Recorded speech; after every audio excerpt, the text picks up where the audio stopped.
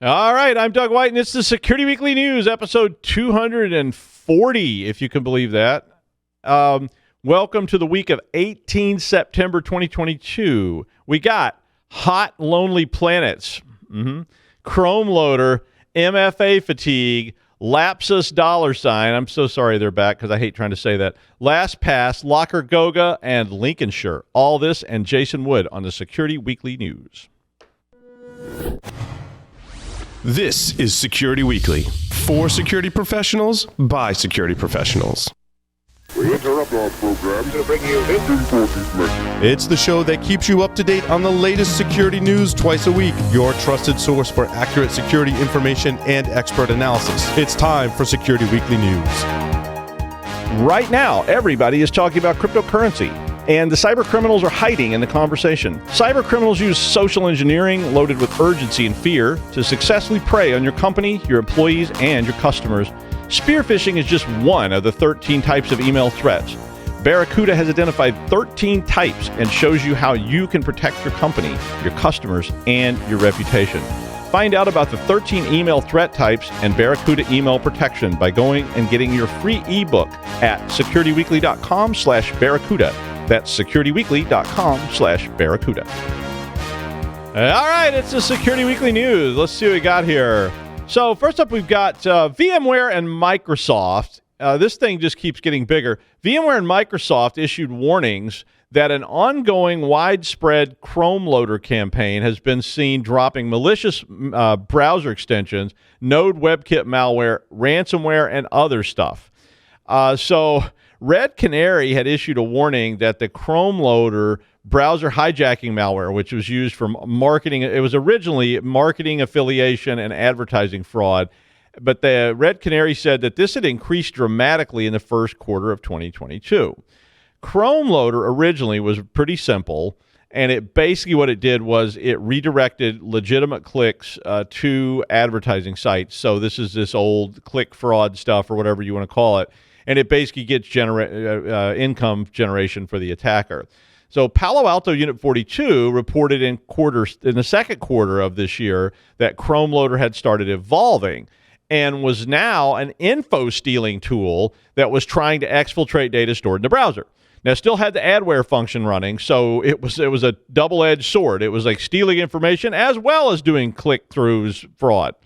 Well, on Friday, Microsoft warned that there's an ongoing, wide-ranging click fraud campaign that they attributed to a threat actor named Dev0796, which was using Chromeloader.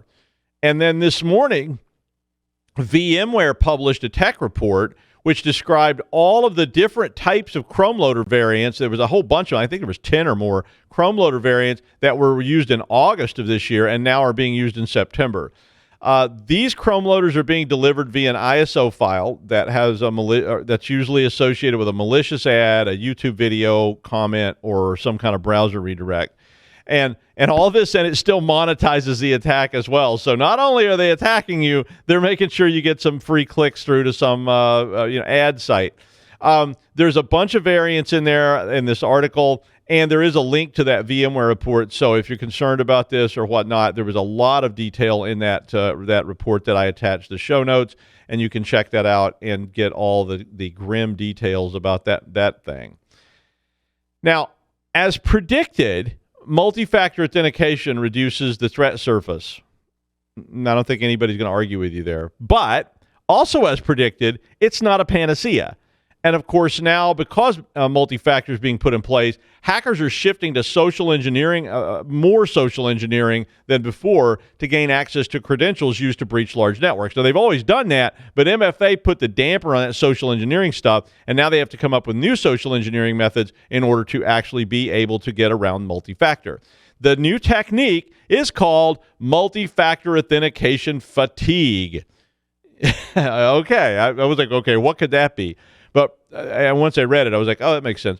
So prior to multi-factor being in place, it was simple enough. They would just go out and acquire big data sets full of credentials and either brute force the passwords or maybe they have the passwords with the data set or what have you. But the minute multi-factor went in place, none of these approaches actually work, right? Because you actually have to authenticate with some other third-party component.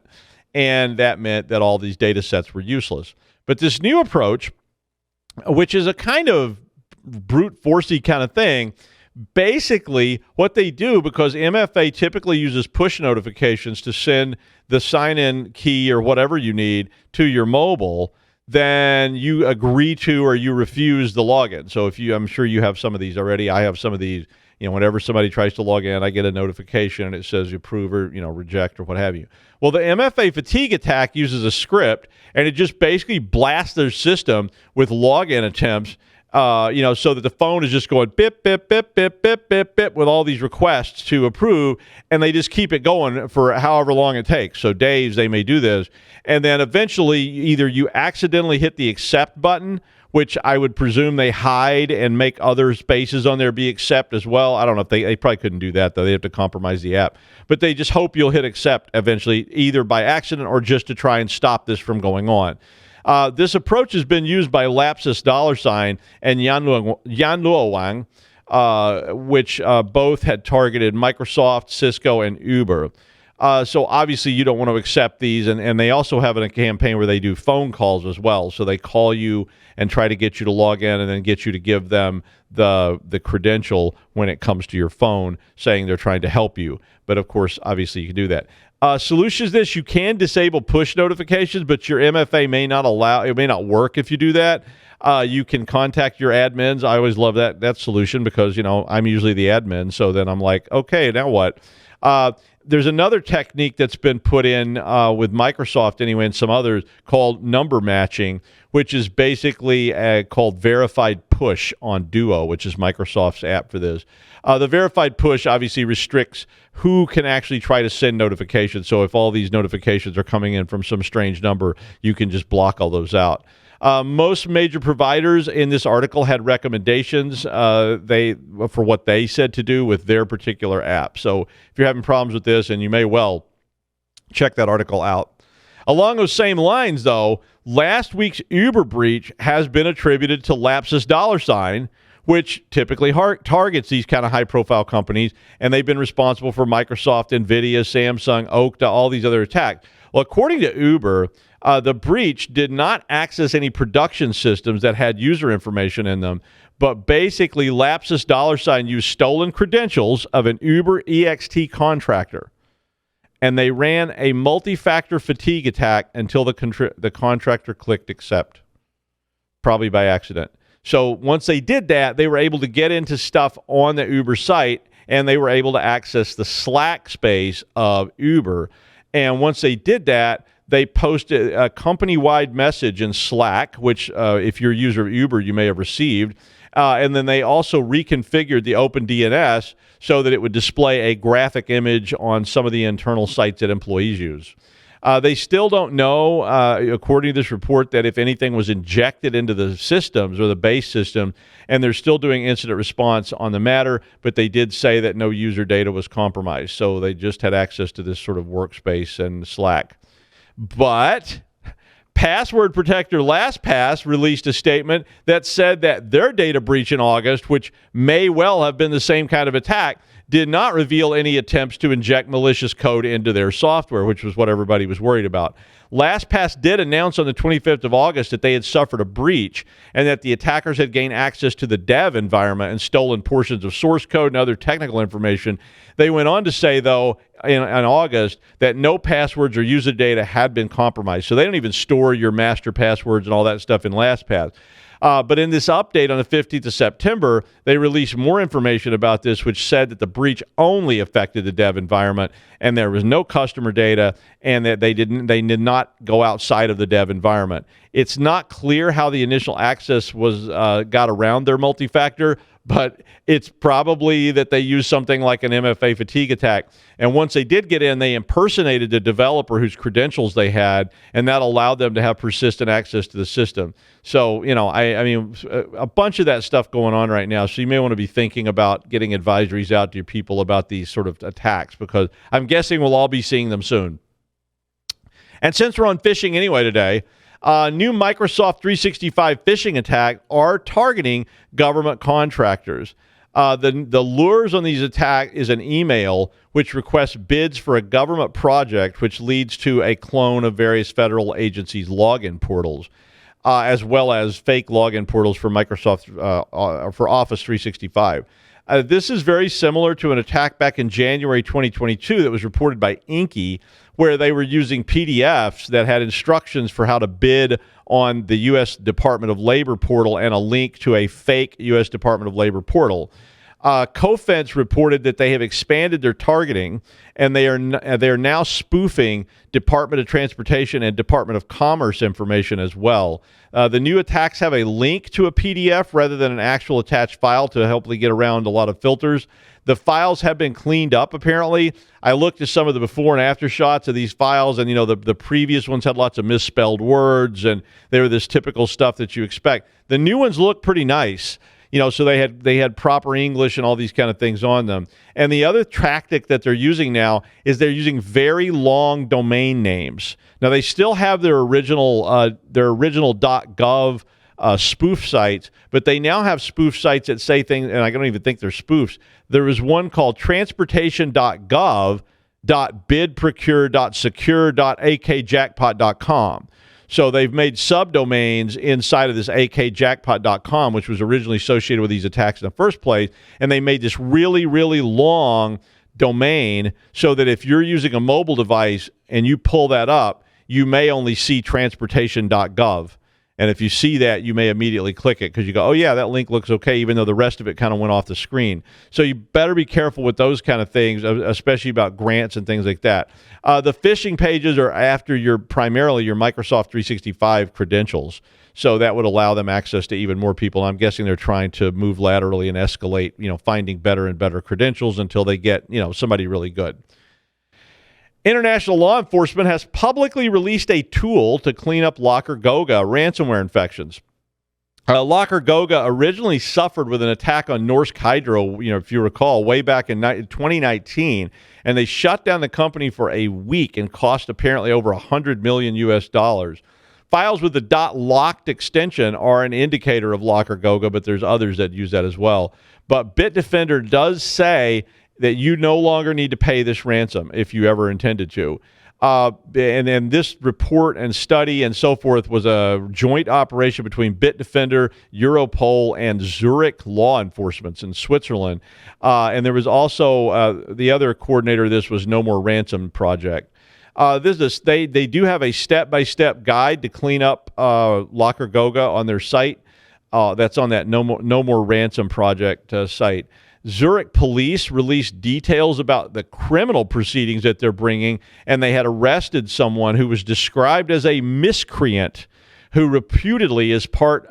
I always wanted to be described as a miscreant, and I probably have been, but I like that word, a miscreant.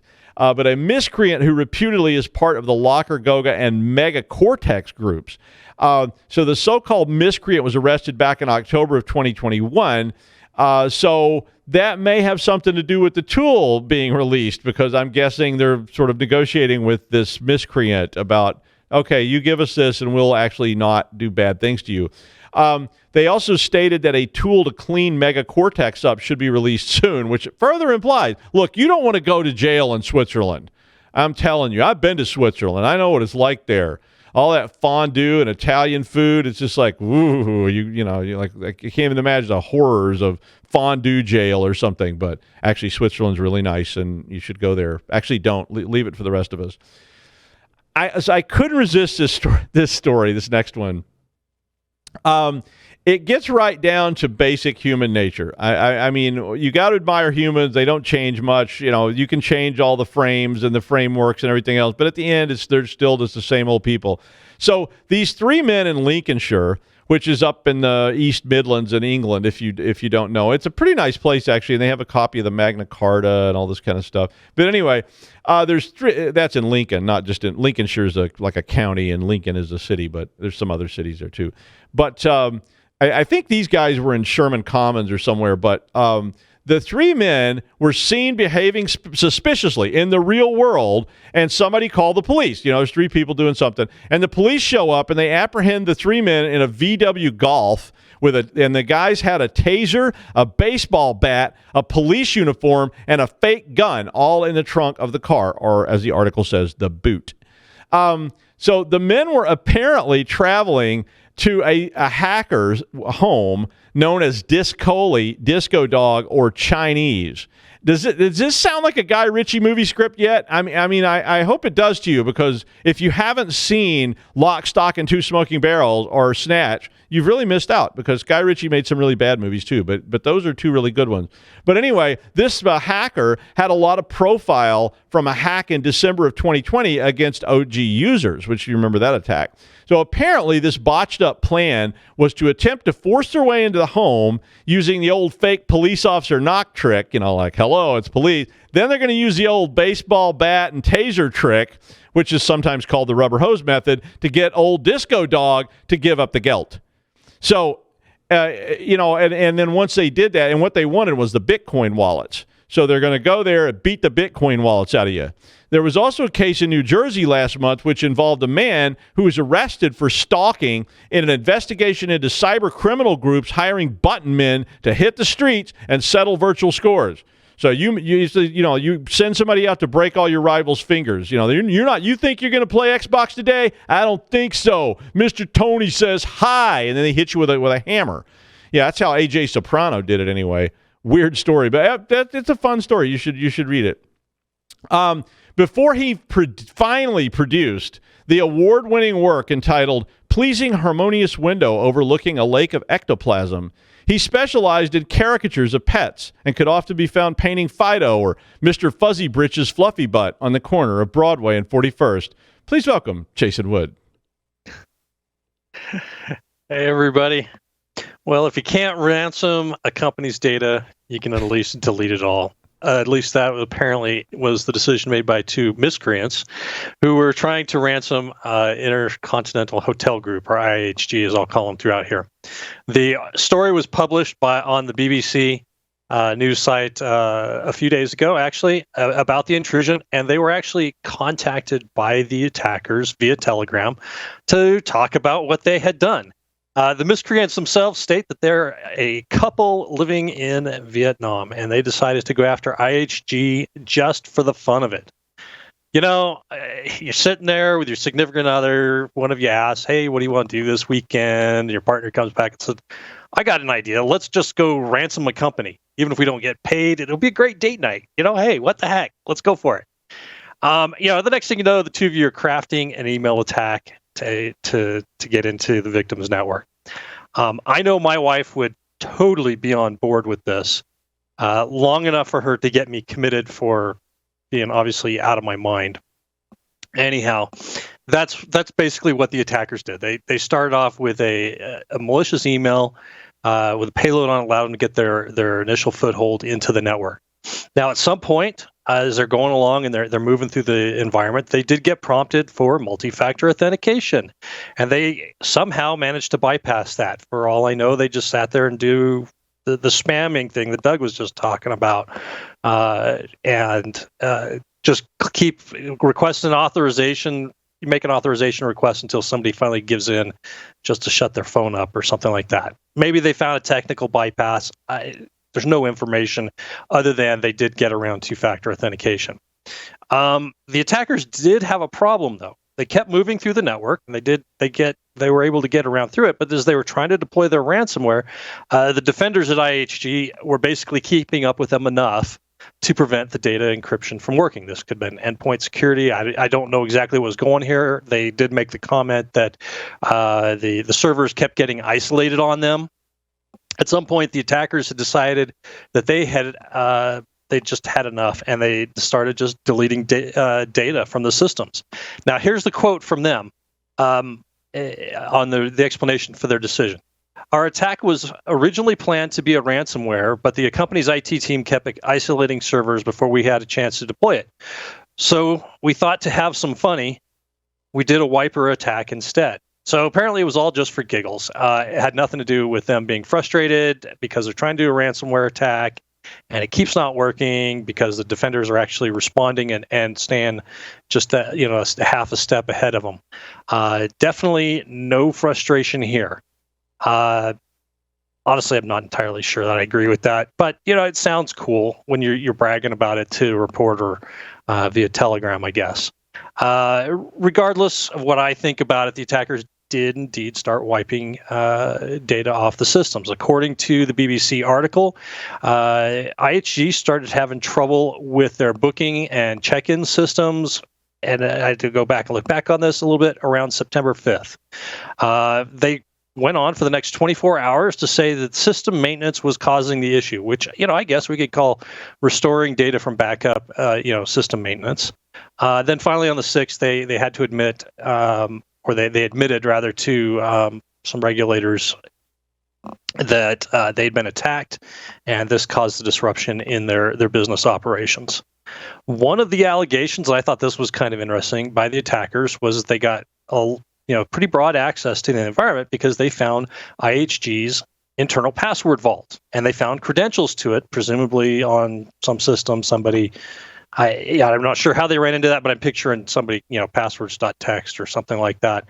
I don't know why they would need it though, because they said that the password was QWERTY with a capital Q, 1, 2, 3, 4. So just a keyboard roll across the top two rows of your keyboard there. So yeah, it's like, all right, that was complex. IHG disputes that. They say it was much more complex, and the attackers got around multiple layers of security, and that's pretty typical for a public statement. So who knows really what the password was? Was it really that simple? I mean, on one side we've got somebody who's trying to make their victim look bad, and on the other side we've got the victim who's got some pretty strong incentive to minimize the damage to their image. Apparently, at some point, the BBC asked the attackers how they felt about doing all of this, and this I thought was kind of an interesting response because it makes me look at it was all for fun. Yeah, okay. Anyhow, their response was, and I quote, "We don't feel guilty, really. We prefer to have a legal job here in Vietnam, but the wage is average $300 per month. I'm sure our hack won't hurt the company a lot," end quote. So yeah, it's all for fun, but apparently they don't have a job, and they were, they were wanting to get some money out of this anyhow. Even a small payout is going to be a significant bump to a $300 a month wage. So yeah, I don't know. I think this sounds like this is something that they just do for work. But anyhow, a few thoughts about this intrusion. Part of me wonders, do we really have an unemployed couple in Vietnam just looking to make a few extra bucks? Or are we looking at some kind of more organized group that decided to just muddy the waters and kind of do something in public to, I don't know, throw suspicion somewhere else, or who knows, or what they're saying is real, and they just wanted to brag about the fact that they wrecked IHG's week, at least. Regardless of who they are and why they decided to do a wiping attack, it does raise a little bit of a warning for defenders. It's good. IHG was able to spot the attack quickly enough that they were able to stay just ahead of the attackers and prevent ransom from occurring. The bad part is the attackers were obviously, they decided to just go malicious with a different route, and maybe their endpoint software, was preventing the ransomware from executing and some other stuff. But they still had enough access at this point to start just deleting data. And apparently they have copies of some company data still in their possession. So, really I looked at it, thought, okay, well, I mean, this is something where maybe this is time to dust off the IR documents, take another look at them and see, hey, how fast can we identify somebody point of presence into our environment, or points of presence?